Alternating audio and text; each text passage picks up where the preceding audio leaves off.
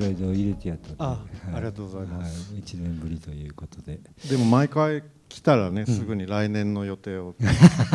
だから来年あるっていうことで、ね、皆さん共有して。もう見せるものないんですけど、いや、いっぱいありすぎて870万円。ニューミュージアムはマンハッタンにあるんですが、この瀬島さんが、やったこれですね、サナの建物があって、その横の敷地ですね、今既存の建物が今見えてますが、これがサナの建物で、ちょっとだけ狭くて、でもその分長いんですね、奥行きがあるという。でゾーニングは高さ制限はなくて、高く建てようと思えばいくらでも建てられるようなゾーニングでした。でも最初に思ったのは、そこまでこれコンペだったんですけど、クールなエリアだったのが全部新しい建物になるのも残念だなと思って、既存の建物を残そうとしてたんですよね。なのでこの木の部分が既存の建物だとしたら、残して何か上にそのイベントスペースを設けられないかとか、全部中だけやり直すとか、しばらくの間どうやって残すかっていうのを考えていました。でもすぐにそのゼネコンさんとか構造事務所と打ち合わせしたときに、やっぱりファサード、ここも道路から他からアクセスできないんで、クレーンとか入れられないんですね。そうなるとファサードを残すにしても一回全部壊してとか、一回動かしてそれを戻すみたいな、そうなるとちょっと本質的な保存じゃないなと思い始めて、さらに新しいものを建てるよりは高くつくっていうことが分かって、それだったらもう、保存せずに何か新しいものを作ろうという方向に変わっていったわけです。サナの建物自身が何ですかね、現代建築なので、どう我々が建てても結局現代建築と現代建築が隣り合っているような感じになるので、ペアってまさに結婚相手を探すような感じで、何か普通の関係じゃちょっとなんか面白くないし、なんていうんですかね、あまりリスペクトしすぎてもダメだし、あまり細化しようとしてもダメなので、何か面白い落としどころはないかなということで、デザインする前にいろんなペアの写真を集めようと。これは一つは完全にインフラで、一つはロケットって、そういう関係もあるんじゃないかとか、そういうことをまずいろいろ集めて、その頭の中の固定観念を壊してからちょっとデザインし始めようということにしました。それでこういうスタディ、これは完全に垂直と水平で対比をつけるとか、あともう完全にクローンにするとかでこれがちょっと今の原型に似ているような感じが生まれてきたんですけど、なるべくあんまり競わない、サナの建物と競わないようにして、なるべく敷地を有効に使う、一体化はしているんだけども、やはり個性を保っているようなものにしたいと。なので垂直性と水平性も体現していて、例えばこれなんかもその最初に集めたイメージの一つなんですけど、垂直性と水平性が完全なバランスを保っているようなでもこういうの楽しいんですよ。だからそのデザインすぐに始めちゃうとなんかやんなきゃいけないみたいな、でもなんかちょっとデザイン手を動かす前に一回ちょっとゆっくり考えてみようと。で僕が面白いなと思ったのは、その新館を作る時って旧館にどうしてもくっつけるんで、旧館のどっかはやっぱり新館によって隠されるじゃないですか普通。でもこれって新館を作ったのに今まで見えてなかったところを逆に見せるっていうのは面白いかなと思って、こういうデザインです。でこの階段自体も、アトリウムの中にちゃんとアートを設定できるようになっていて、これはギャラリーの外側の壁なんですが、ギャラリーの外側の壁もこうやって展示として使える。で、ここには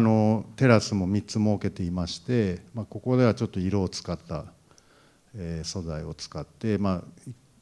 そのインキュベータースペースとかイベントスペースから外に出られるようになっています。でファサードは最終的に落ち着いたのはこのゼーファーっていうスイスの素材なんですが、ガラスの中にすごい細かい金属のメッシュが挟まってる、ラミネートされてるんですけど、外側から光が当たった時はすごいソリッドに見えるんですけど、中に光があるとすごい透明性が増すんですよ。なので昼はこのように金属のメッシュなんでサナの金属と同じように一体化して見えて、ペアのように見えて、でも夜は非常にもっとオープンなので新館の方が細化はできる。この3年見させてもらってて、ちょっと気づき始めたのが、はい、場所のコンテクストを普通なら歴史、まあ普通にね歴史とかその場所の文脈性を交通手段だったりブロック割りから見てくるんですが、重松さんちょっと特殊で建物から見てきますよね。その周りにあるそこをすごい重要視して読み解いてくるんじゃないかと。そのなんかこう癖というか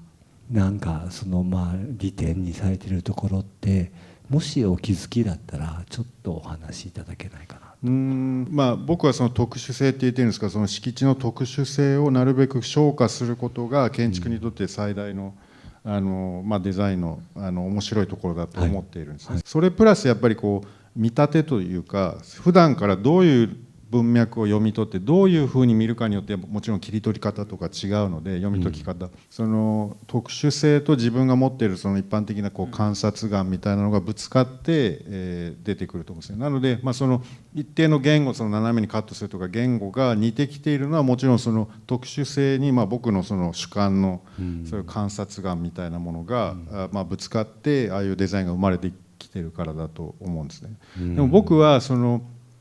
あまりにも特殊性っていうとちょっとこう一貫性がないみたいな感じもするので、そうやってこうある意味こう一貫性を読み取っていただけると嬉しいんですけど、ね、いやもうすごい絶妙なコントロールだなと思ってました。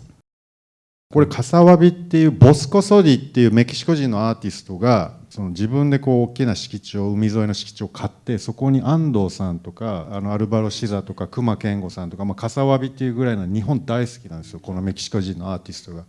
でそういう人たちの建築のパビリオンを作ってるんですけど、まあ、本人はアーティストなんで自分の制作場所でもあるんですけど、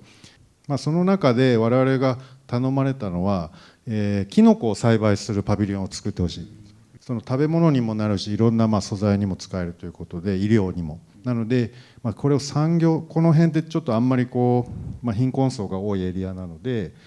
産業にしたいというのが彼のボスコ・ソディのアイディアで、まあ、そのキノコを栽培しつつさらにキノコ栽培を教えられるようなパビリオンを作ってほしいというのが依頼だったんです。で実際そのスペシャリストと一緒にこうキノコの栽培のこう必要条件なんかを洗ってで、まあ、キノコってまあ上から見るとこういう形しているので、まあ、こういうパビリオンを中に入ってここで教えることができてこっちから出ることができてここにちょっと上に上がってこうちょっと高台から眺められるようにしています。こういう断面です。キノコにこう囲まれているようなでこれ全部コンクリートで。で実際ここすごく鉄分が水に多くてコンクリートにこうずっと水をかけてるとこうサビが溜まってこう赤くなるんですよ。なのでちょっとまあ、これだけじゃちょっと面白くないんで、まあ、日本人でもあるしちょっと赤くしようかなって赤い丸にしようかなって。で今こうやって実際こう工務店というよりは本当に地元の人たちを使ってボスコはやってるんですが、でもねこの人たちが安藤さんのコンクリートも打ってるんです。だからこの人たち実はすごい結構な安藤さんの建築もシザの建築もやってるんで。でこれ最近です、ね、現場打ちなんですね。僕ちょっと見た時 CG プレイキャストっぽいですよね。ねなるほど。あ綺麗じゃないですか。でこれがちょっとテクスチャーがさっきのその布の。なるほど。今までの作品で例えばオードリー・ルヴァンスパビリオンとか、はい、ニューミュージアムとか、まあ、ダイアグラムとかもそうなんですけど積極的に色を使ってるイメージがあって何か建築に色をつける時とか何か色に関連することで意識していることがあればお聞きしたいです。いい質問です。僕は遊び心の一環だと思っていてやっぱ建築って遊び心がねあんまりない。やっぱファッションとかアーティストと仕事してていいなと思うのはやっぱりどっかに遊び心があるんですよね。で建築ってもちろんシリアスな職業だし、まあ、命に関わるねことだからといってでも色つけちゃダメとかやっぱみんな決めてそれがこう古くなるっていうのが怖いんですよ。でもやっぱりある程度こう色とかこう、まあ、キャラクターを持たせていってさらに素材の色とか、そういうものを、まあ、これも多分普段から観察してそういうものをこううまく使っていくっていうふうにしないとやっぱりどうしても無機質になってしまう。美術館だからやっぱニュートラルにみたいな言う人たくさんいるんですけど、あそこは上はギャラリーはニュートラルに作ってるんですけど、上はその先ほど言いましたようにギャラリーじゃないんですよ。だから色を使おうと。今思われる建築家ってどんな職業だと思ってますか？やっぱり建築家がもう少しビジョンとかプログラムを考えたり、もっとその構想の時から、建築家が関われるようなトレーニングをしなきゃいけないということで、言い続けて、実際それも僕の旧大とかではそういう教え方してるんですけど、今の感覚ってなんかテック企業だともうね1年でそういうこう速さばっかりを追っているとなんか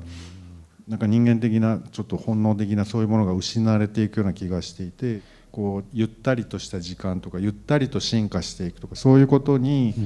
をちゃんとこう体で、分かるというか、それはすごく素晴らしい、今は特に僕は素晴らしいなと思います。皆様大きな拍手でお見送りください。